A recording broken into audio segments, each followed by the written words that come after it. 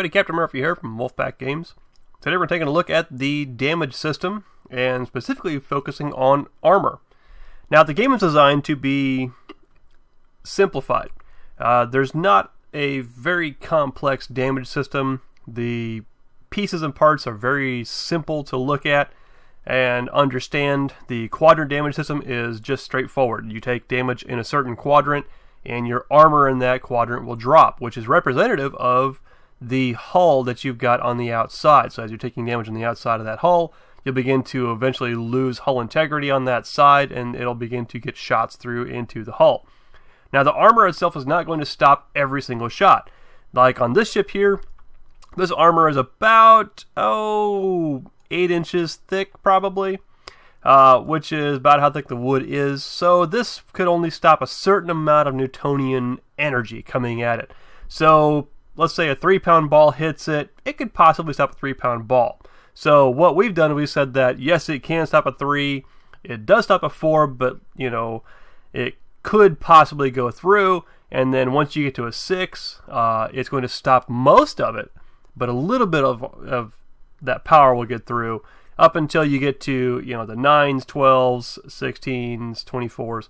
Those will start going through. At that point, they're causing more damage internally than they are on the outside. They're actually punching through. So we have a penetration code that's in here as well.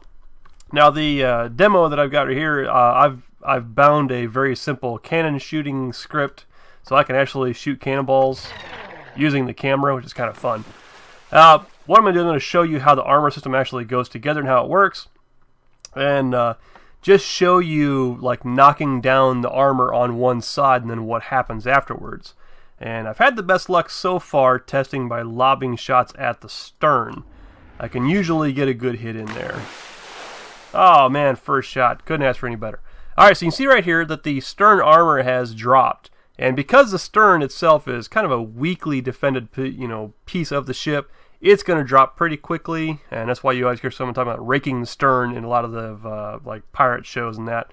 And that's because the sterns were poorly defended, and by putting a shot through the stern, it had a possibility of going down the entire inside of the ship, which caused even more damage. So it'll cause even more hull damage if the shot comes through the stern area, which we have factored into this as well. So we're going to go ahead and lob a couple more shots, try to knock that armor down.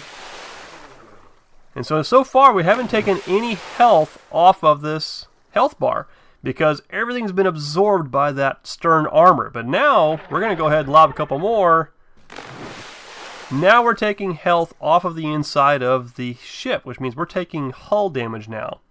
So now we've got a problem. We're actually starting to take armor, or starting to take health off the inside of the ship, which means we're going to start losing crew. We're going to start having problems, accidents, possibilities of fires. So a lot of this is going to have, a lot of the issues begin when that health begins to drop. Alright, so I'm going to go ahead and lob a few more shots here and try to get some smoke going.